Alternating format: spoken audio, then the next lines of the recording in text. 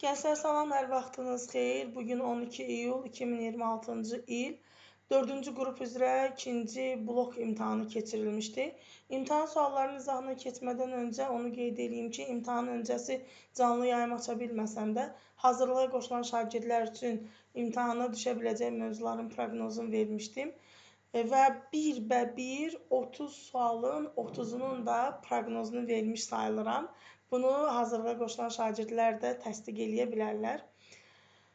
Bu dəfə canlı yayım aça bilmədim. İnşallah növbəti illərdə mütləq hər imtahan öncəsi proqnozlarımı həmişəki kimi verməyə çalışacağım. İndi isə keçək sualların izahına. Sualların nömrələrini silmədim. A variantında 1, B-də 9, C-də 22, D-də 15-ci suallarda. Ona görə də elə sadəcə nömrələyərək izaha başlamaq istədim. Ulotrixdə hansı hüceyrələrin birləşməsindən ziqot əmələ gələr? Təbii ki, ziqot iki qamçılı qametlərin birləşməsindən əmələ gəlir. Buna görə də cavab iki qamçılı hüceyrələr olacaq. Həm də onu deyim ki, bu imtahanda, bundan öncəki imtahanda bunkerlərə xüsusi təşəkkürümü bildirirəm. Suallar gözəl tərtib olunub, şagirdləri çaşdırmayan, dolaşdırmayan, həqiqətən biliyi ölçə bilən suallar. Təbii ki, sualların həm asan, həm çətin səviyyələri olması normaldır, belə də olmalıdır. Amma sualların səliqəli tərtibatı çox xoşuma gəldi.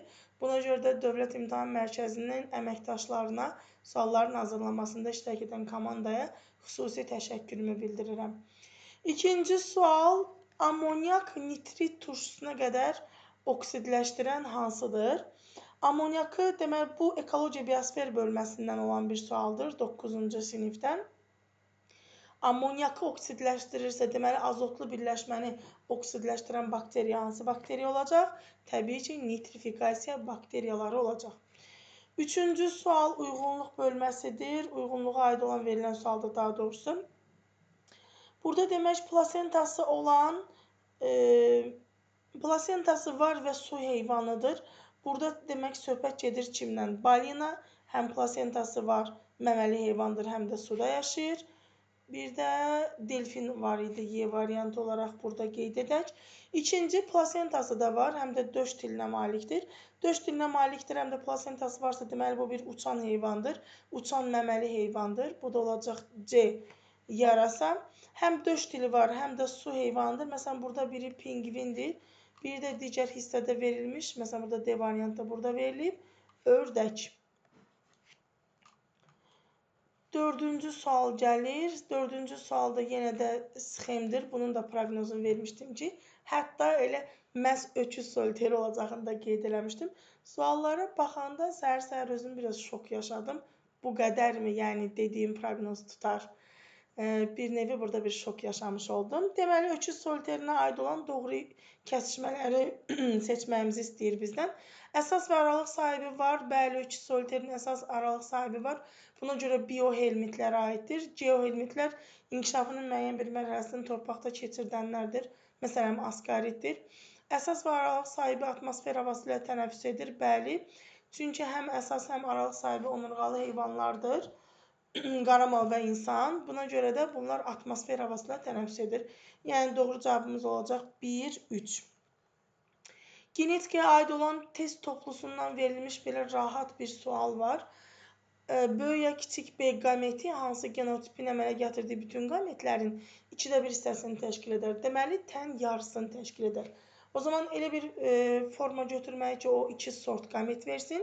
Ondan biri həmin kiçik, böyüyə kiçik B genotipli qamet olsun. A variantında sadəcə böyüyə kiçik B verir. Bu 100%'dir. B variantında böyük A yoxdur. C variantında kiçik B yoxdur. Bu cürdə çıxdaş eləyə bilərsiniz. Y variantında kiçik B yoxdur. Düzgün cavabımız olacaq D variantı. Bu iki sort qamet verəcək. Böyük A, kiçik B və kiçik A, kiçik B. Bu da bunun 2də 1 hissəsini təşkil etmiş olacaq. Neçənci sual idi bu? 4-cü sual, bu 5-ci sualdır. Demək, 6-cı sualımız olur. Noxud bitkisinin çiçəklərində çiçək düsturundakı struktur elementlərinin cəmi 210'dur. Bunu da xüsusilə uşaqlara qeyd elətdirmişdim ki, çiçək düsturuna əsasən çiçək elementləri deyəndə düsturu yazırsınız. Mən noxud məsələn paxlalıdır. K5, L5, Y10, D1. Düstura əsasən toplayanda çiçək düsturundakı elementlər 21-dir. İndi 210 çiçək elementi varsa, 210-u bir çiçəyin çiçək elementinə böləndə 10 çiçək olduğunu görürük və hər bir çiçəkdə deyir 8 rüşeym kisəsi var. Deməli 10 dənə çiçəyin hər birində 8 rüşeym kisəsi olanda 80 rüşeym kisəsi olmuş olacaq. Və 2 qat mayalanma baş verir burada. Çünki 2 qat mayalanmada, örtü toxumada 2 qat mayalanmadır. Bir rüşeym kisəsinin mayalanmasında 4 hüceyrə iştirak edir. 80 dənə rüşeym kisəsinin mayalanmasında isə ümumilikdə 320 hüceyrə deyir. Əgər qamet desəydi gənclər, 80-i vuracaqdınız 3-ə. Erkək qametlər desəydi, 80-i vuracaqdınız 2-yə. Yəni 2 dənə spermiyə. Düzgün cavabımız A variantı qeyd etdim. Sual bu arada 6-cı idi. 7-ci sual. Əgər şibyəni əmələ gətirənlərdən biri ən qədim, yəni bakteriyadırsa, deməli digəri mütləq göbələkdir. Və bu şibyə hansı canlıların birgə yaşayışından əmələ gəlmişdir? Deməli, hüceyrə quruluşuna görə biri prokaryotdur, bakteriya, digəri isə eukaryotdur, göbələk. Biri bu düzgün variantdır. Xlorofilli fotosintez edici bakteriyadırsa, bəli, bu siyanobakteriya olacaq şibyənin tərkibində. Və siyanobakteriyalarda bilirsiniz, bir plazmatik membran var, bir də fotosintez edici membran var. Həmin o xlorofil də məhz fotosintez edici membran üzərində yerləşir. Buna görə də xlorofili fotosintez edici membran üzərində yerləşən canlı ilə, yəni siyanobakteriya, əsasən sporla çoxalan göbələyin birgə yaşayışından əmələ gəlmişdir. Avtotrof yolla qidalanan çox hüceyrəli yoxdur. Burada avtotrof bakteriyadır, o da bir hüceyrəlidir. Plazmidlərə malik olan canlı bakteriyadır. Xromatofora malik olan canlı yosun olmalıydı. Belə bir hibrid də yoxdur burada. Ona görə düzgün cavab 1 və 2 A variantı olacaq. 8-ci suala baxırıq. Sxemə əsasən düzgün kəsişmələri müəyyən edin. Demək, uzaq hibridləşmə zamanı alınan fərdlərdə heterozis effekti ümumiyyətlə, bəli, uzaq hibridləşmə zamanı meydana çıxır. Saf xətlər arası çarpazlaşma apardıqda üzə çıxır. İnbreeding nəticəsində heterozis effekti alınmaz. Yalnız bitkilərdə deyil, heyvanlarda da müşahidə olunur. Ona görə 1 və 2 düzgün cavab olmuş olacaq. Növbəti sualımız 9-cu sualdır. Eyler-Venn diaqramına əsasən. Demək, birinci verilən floemadır, ikinci verilən ksilemadır və deyir, ölü hüceyrələrdən təşkil olunub. Ölü hüceyrələr burada ksilema borulardır. Bir ikinciyə aid olacaq. Ardına baxaq, elə çevirim ki, hamısı düşsün. Canlı hüceyrələrdən təşkil olunub. Bu floema borulardır, canlıdır. Ötürücü toxuma qrupuna aiddir. Bunun hər ikisi ötürücü toxumaya aiddir. Əsasən qeyri-üzvü maddələri daşıyırsa, bu ksilema borulardır. Çünki əsasən deyir, ona görə yazın gəlişi zamanı bunlar üzvü maddə də daşıya bilirlər. Gövdənin qabıq qatında rast gəlinir floemaya. Yarpaq damarlarında bunun hər ikisi də olmuş olacaq. Yəni, yarpaq damarlarının hətta en kəsiyinə baxanda üst hissəsində ksilem, alt hissəsində floem olduğunu görürük. Ona görə də hər ikisi yarpaq damarında var. 2, 5, 1, 4, 2, 5, 1, 4, 3, 6 düzgün cavabımız Y variantı olacaq. 10-cu suala baxırıq. Aşağıdakı proseslərdən hansı sağlam qadında hamiləliyin 3-cü ayın əvvəlindən başlayaraq baş verir? 3-cü ayından artıq döl dövrü yaranır. Döl dövrünün yaranması ciftin yaranması ilə başlayır. Ona görə də biz 2-ni götürəcəyik. Rüşeym uşaqlığın seykli qişasına yapışması rüşeym dövrünü başladır. Bu, məsələn, 6-cı, 7-ci gündən sonra olur. Yəni, və yaxud da 7-ci, 8-ci günlərdə olur. Yapışma baş verdiyi anda rüşeym dövrü başlayır. Rüşeym dövrü başlaması ilə 3-cü ay deyil bu. İlk hamiləliyin mərhələsinin uşaqlığa düşəndə ilk başladığı buydu. Yapışdığı andan daha doğrusu. 2 kameralı ürək rüşeym dövrünün əlamətidir. Döl dövrü başlayır. Deməli, 2 və 5 düzgün cavabımız olacaq. D variantı. Yəni, ümumiyyətlə, 3-cü ay döl dövrünə aiddir. Döl dövrü başlayır. O da ciftin əmələ gəlməsi ilə başlayır. 11-ci sual yanlış olan istəyir bizdən. Demək ki, miksedema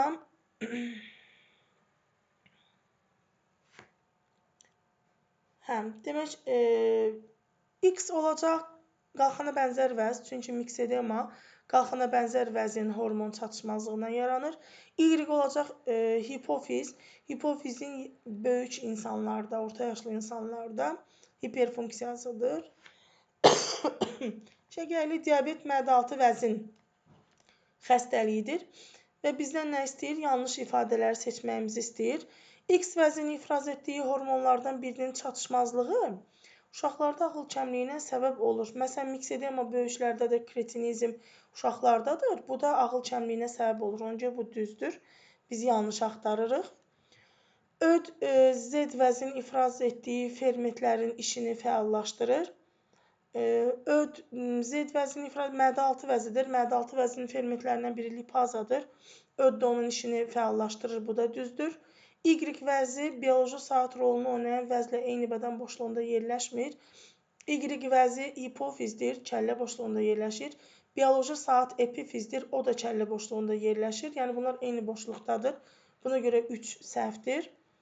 X vəzinin sintez etdiyi hormonlardan biri kalsitonindir. Bəli, dayaq hərəkət hissəsində verilib kalsitonin hormonu. X vəzinin hormonudur. Y vəzi hipofizdir. Hormonlardan biri tiroksindir. Tiroksin qalxana bənzər vəzin hormonudur. Buna görə də 3, 5 doğru cavabımız B variantı olacaq. Deməli, növbəti sualımız 12-ci sual. Sağlam qadında mayalanmada bilavasitə iştirak edən qametlərdəki X, Y cinsi xromosomlarının sayını müəyyən edin. Cift sayı 3 dənədir. Deməli, 3 dənə cift çəkirik. Somatik hüceyrəsinin bir nüvəsində olan 24 xromosom müxtəlifliyinə malik olan döl 2 dənədir. Deməli, bax, buradan bir dənə oğlan doğulub, buradan bir dənə oğlan doğulub, o zaman buradan bir dənə qız doğulacaq. Oğlandırsa, mayalanmada iştirak edib bir X anadan, Y atadan, yenə də X anadan, Y atadan, qızdırsa hər iki tərəfdən X cinsi xromosomlu qamet iştirak edir. Birinci tərəf bizdə X-dir. Çünki özü burada deyir ki, 23 xromosom müxtəlifliyinə malik olan bir döl var. Yəni qızdır bu. 24 xromosom müxtəlifliyi oğlandır. Bundan da 2 dənə döl var. Və mayalamada iştirak edən X qametlərini sayırıq. Oğlanların hərəsində bir dənə, qızda 2 dənə olmaqla deməli X 4 dənədir. Y cinsi xromosomlu qamet isə 2 dənədir. Yəni 4-ün 2-yə düzgün cavab olacaq C. Növbəti sualımız 13-cü sualdır. Hansı xəstəliyin törədiciləri 8 növ nukleotidə bu hüceyrəvi quruluşa malik olmalıdır və verilənlərin içərisində bakteriya, virus görürəm. Deməli, söhbət bakteriyalardan gedir. Çünki viruslarda ya DNT var, ya RNT var. Ona görə də viruslarda 8 növ nukleotidə rast gəlmək olmaz. Məsələn, qrip virusdur, vərəm bakteriyadır. Vəba bakteriyadır. Gics virusdur, çiçək virusdur, difteriya bakteriyadır. 2, 3, 6 düzgün cavab olacaq. Y variantı. 14-cü sual toxumun quruluşudur. Lobya və buğda toxumunun quruluşunu verib bizə. Demək, taycıqlardakı yuvalarda yerləşmə bu paxla meyvənin xüsusiyyətidir. Yəni, birinciyə aid olacaq. Göbəkçiyə malikdir. Lobyanın şəklində də hətta göstərilib o göbəkçik hissəsinin olması. Ehtiyat qida maddəsi ləpə yarpağı vasitəsilə rüşeymə ötürülür. Gənclər, bu buğda toxumuna aiddir. Deməli, 6-cı sinif toxum paraqrafının ən axırıncı cümləsidir bu. 6-cı sinifdə verilən həmin o toxum aid olan paraqrafın ən axırıncı cümləsidir. Bitkinin əsas gövdəsi rüşeym tumurcuğundan inkişaf edir. Bu hər ikisində. Çünki rüşeym tumurcuğu hər iki toxumda inkişafa başlanğıc verir. Meyvə yanlığı toxum qabığı ilə bitişikdir. Bu da buğda toxumuna aiddir. Yəni 5. Deməli 1, 2, 3, 5, 4. Düzgün cavab olacaq Y variantı. 15-ci suala baxırıq. 15. Həm 8, həm 11-ci sinif mikrobiologiya bölməsindən verilir sual.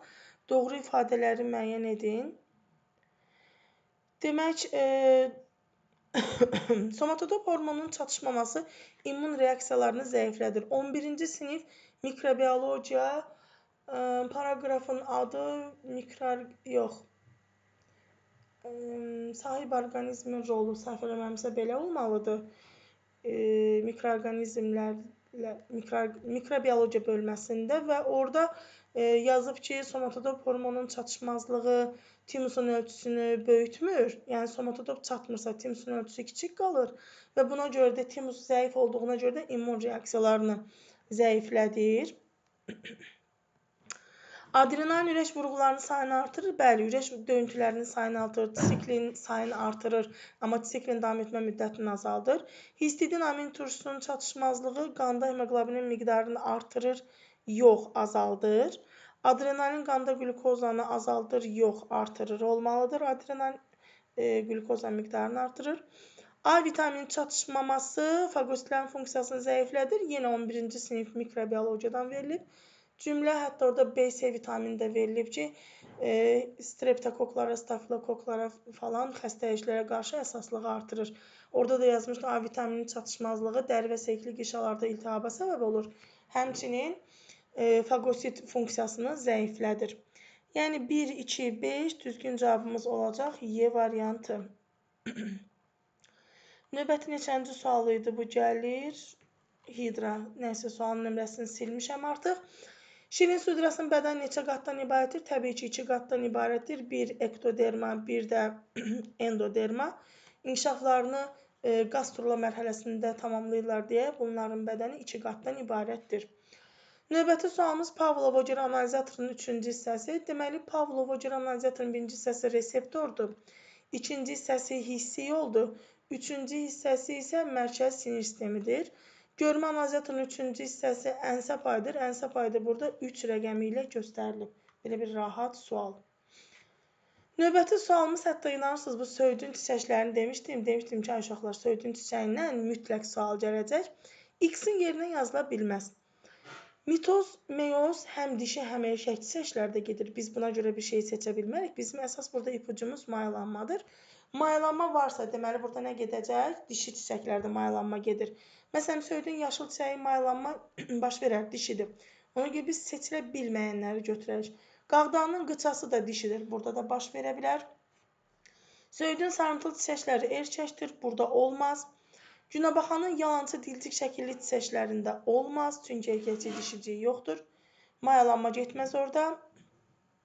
Zəncirotunun dilcik şəkilli çiçəyi bu həqiqi dilcik şəkilli çiçəkdir. Burada gedər 3 və 4 doğru cavab B. Amma yəni günəbaxanın yalançı dilciyində meyoz getməz. Sırf mayalanmaya görə cavabı tapa bilərsiniz. Tutaq ki, hansında mitoz gedə bilər desə, bunların hamısında mitoz gedir. Meyoz məsələn yalançı dilcik şəkillisində də getməz. Belə bir tənəffüsə aid olan sual var. Ağciyər alveollarında qaz mübadiləsi zamanı hansı baş verməz? Təbii ki, alveollarda qaz mübadiləsi gedirsə, alveolda oksigen qazının qatılığı artar, karbon qazının qatılığı azalar. Burada isə verir ki, ağciyər kapillərlərində qanda karbon qazının miqdarının artması, kapillərlərdə karbon qazının miqdarının artması qaz mübadiləsində olmaz. Əksinə orada oksigen miqdarı artar. Demək, törədicilərə aid olan belə bir sual, mövzuarası 10-cu sinifdən daha çox epidemiologiya bölməsinə aiddir sual. Vəbanın törədicisi bakteriyadır.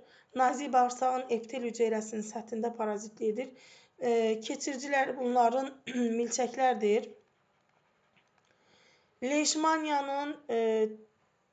Leishmanioz daha doğrusu xəstəliyin törədicisi leishmaniyadır. Bunların keçiriciləri mığmığadır. Leishmaniya, mığmığa, mən belə deyirəm yadlarında qalsın deyə. Malyariyanın törədicisi malyariya parazitidir, törədicinin özü. Bu xəstəliyi keçirdəndə anafeliz cinsindən olan dişi ağcaqanadlardır. İndi bizdən nə istəyir? X məsələn törədicisi bakteriyalar aləminə aiddir. M heyvanlar, N, bunlar hamısı heyvanlardılar. M, N, Z, K hamısı heyvandır. Bir dənə X bakteriyadır. Və deyir ki, Z ilə K eyni aləmə aid ola bilməz. Bir dənə X-in aləmi burada fərqlidir.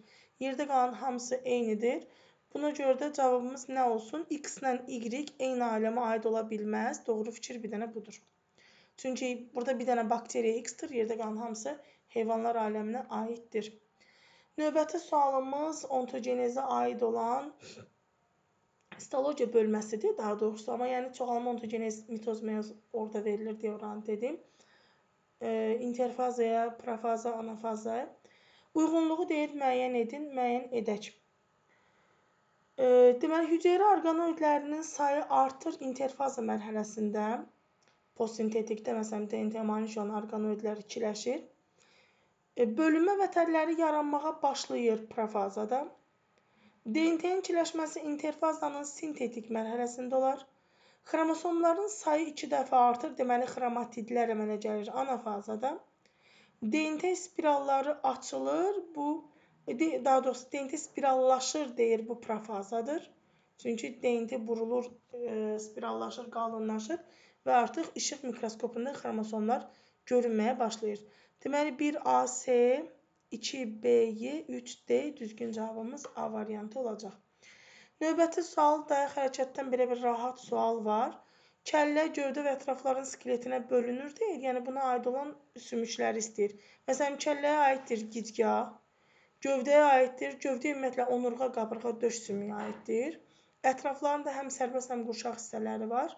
Gövdəyə aiddir fəqərələr, onurğa sütununda, ətraflara da aiddir incik sümüyü, düzgün cavabımız C variantı olacaq. Növbəti sual buğum ayaqlardandır. Verilən canlılar üçün ortaq xüsusiyyətləri seçin. Ortaq xüsusiyyətlər deməli buğum ayaqlara aid olan sualdır 7-ci sinif dərsliyindən. Biri xərçəngdir, digəri həşəratlara aid olan kəpənəkdir. Bunların hər ikisindən mürəkkəb gözlər var. Hər ikisində açıq qan damar sistemidir. Ürəkdən çıxan arteriya damarları var və tipin adı buğum ayaqlar olduğuna görə hər birində buğumlu ətrafları var. Məsələn, ifrazat sistemi həzm sistemi ilə əlaqəsi olması bu Malpighi borularına aiddir. Malpighi borusu olanlar burada, bir dənə bu kəpənəyə aiddir. Mürəkkəb gözlər hər ikisində var. Fasetli gözlər dediyimiz düzünə inkişaf xərçəngdədir. Həşəratlar dolaya inkişaf edər. Ürəyindən arteriya damarının çıxması hər ikisinə aiddir. Ürəkdən çıxan damar zaten arteriyadır. Tipin heç bir nümayəndəsində vena damarı yoxdur.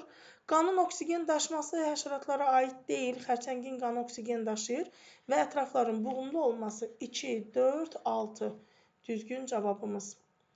Yenə də demişdim DNT-yə aid olan bir sual gəlir. Yenə də DNT-yə aid olan sual gəldi. Hidrogen rabitələrinin sayı 10.000-dir. Adeninin sayı 2000-dirsə, deməli timinin də sayı 2000-dir. O zaman adeninin əmələ gətirdiyi hidrogen rabitəsi 4000 olacaq. Çünki hidrogen rabitəsini necə hesablayırıq? 2 adenin üstə gəlsin 3 guanin. Belə bu düsturla da hesablayacaqsınız. 10.000 hidrogen rabitəsindən çıxırıq 4000, 2 adenin 4000 eləyir. Qalır guaninlə sitozin arasında 6000 hidrogen rabitəsi və 6000 3 guanin bərabərdir 6000 olanda. Guaninin və yaxud da sitozinin sayı 2000 olacaq. Deməli, 3 qat rabitələrin sayı elə guaninin sayı qədərdir. 2000 budur.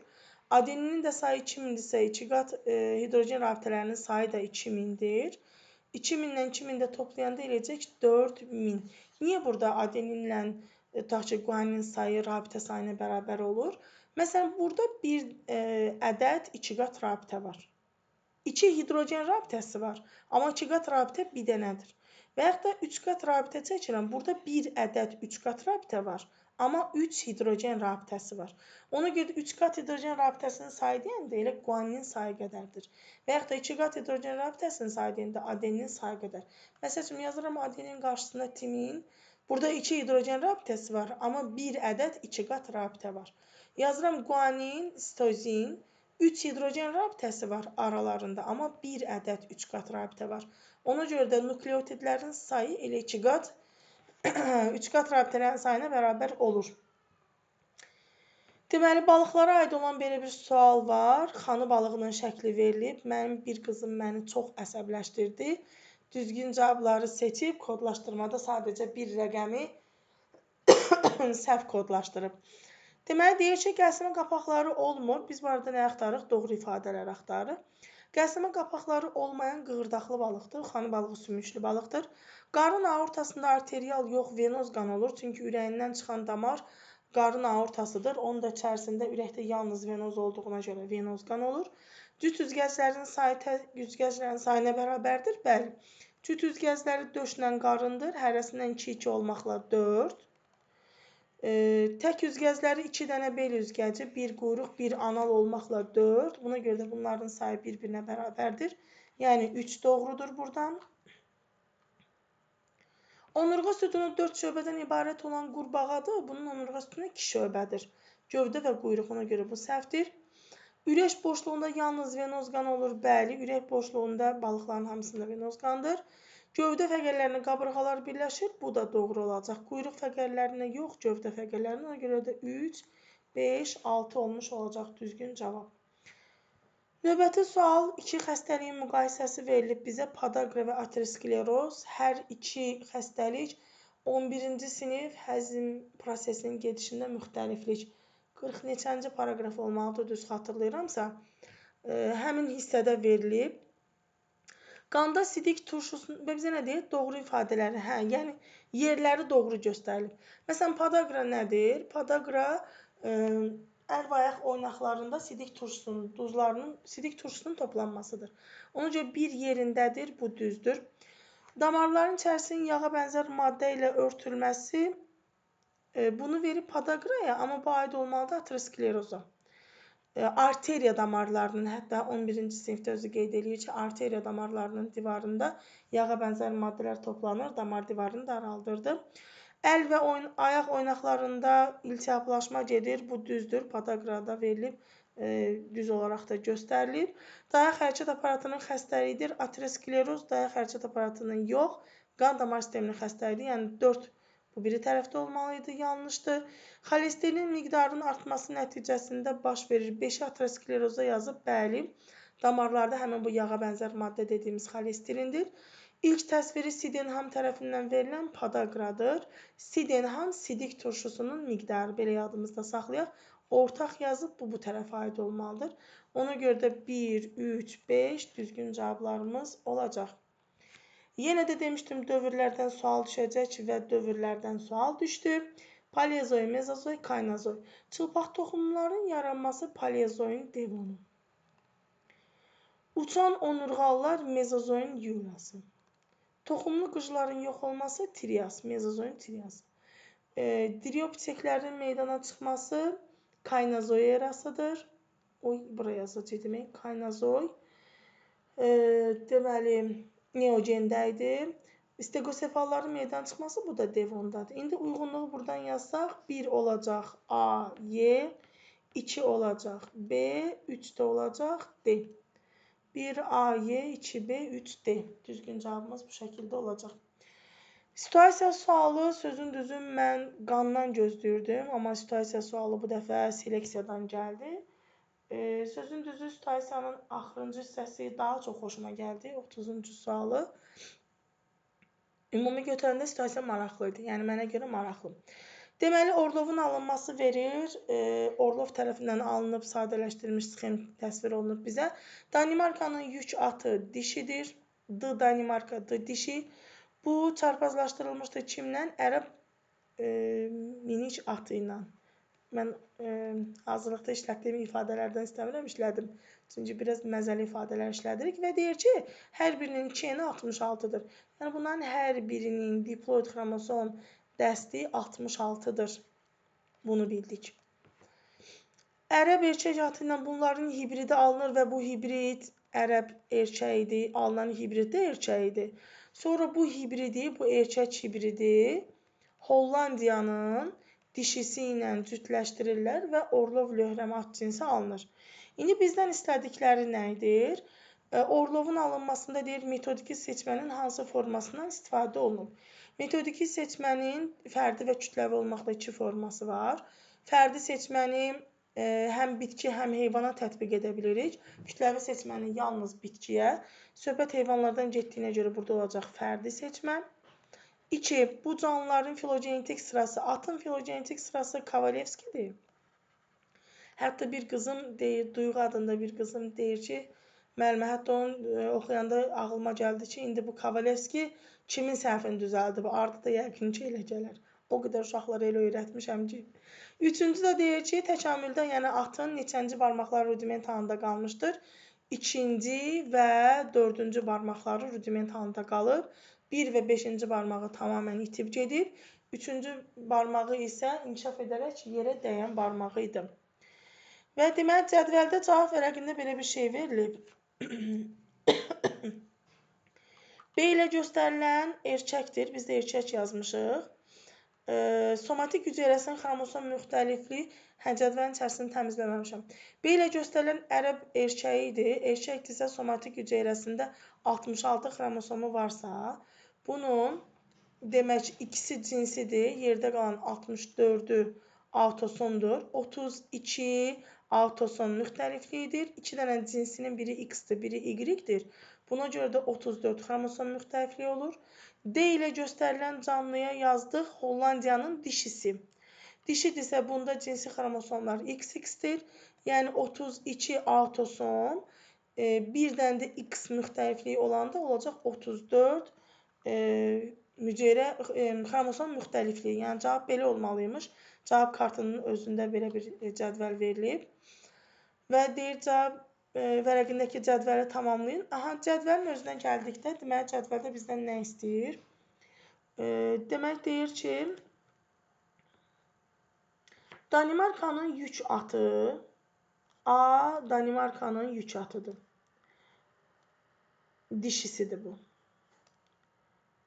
Sonra B nəyə yazmışam? Bir dənə buradan qeyd edim. B. Ərəb oğlandır bu. Sonra C nədir? Hibrid oğlandır. D nədir? D. Hollandiyanın dişisidir.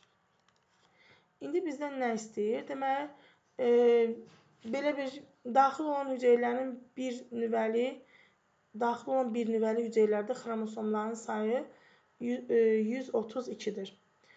Demək, bunların 2 eni 66-dırsa, 66. 132-ni bölürəm 2-yə.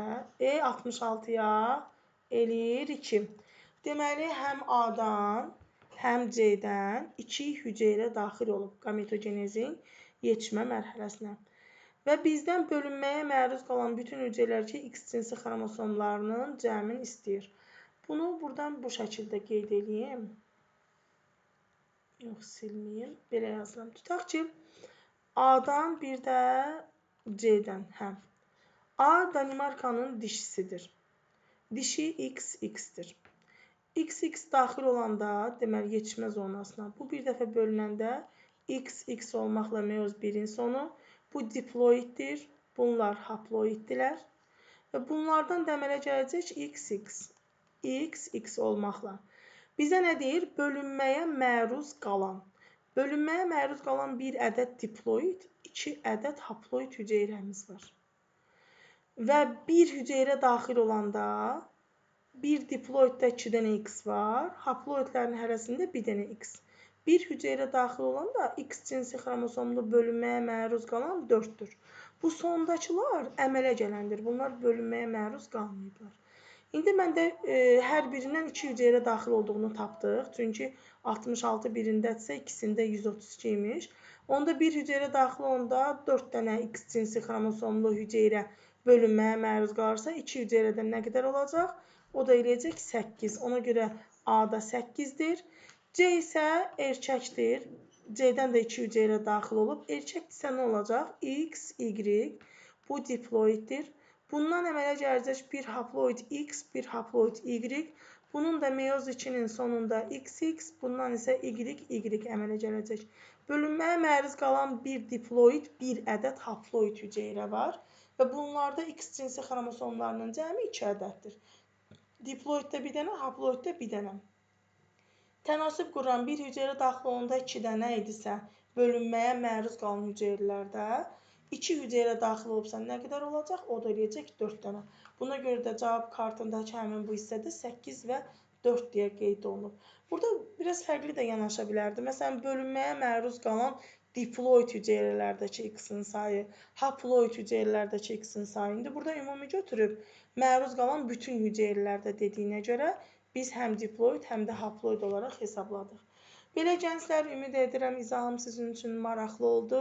Hər birinizə uğurlar arzulayıram. İnşallah imtahan ürəyiniz istədiyiniz kimi olub. Bundan sonraki fəaliyyətlərinizdə sizə bol şans, uğur arzulayıram. Ürəyi istəyənlərin hamısını tibb tələbəsi görmək arzusu ilə. Bu arada öz şagirdlərimi də təbrik edirəm.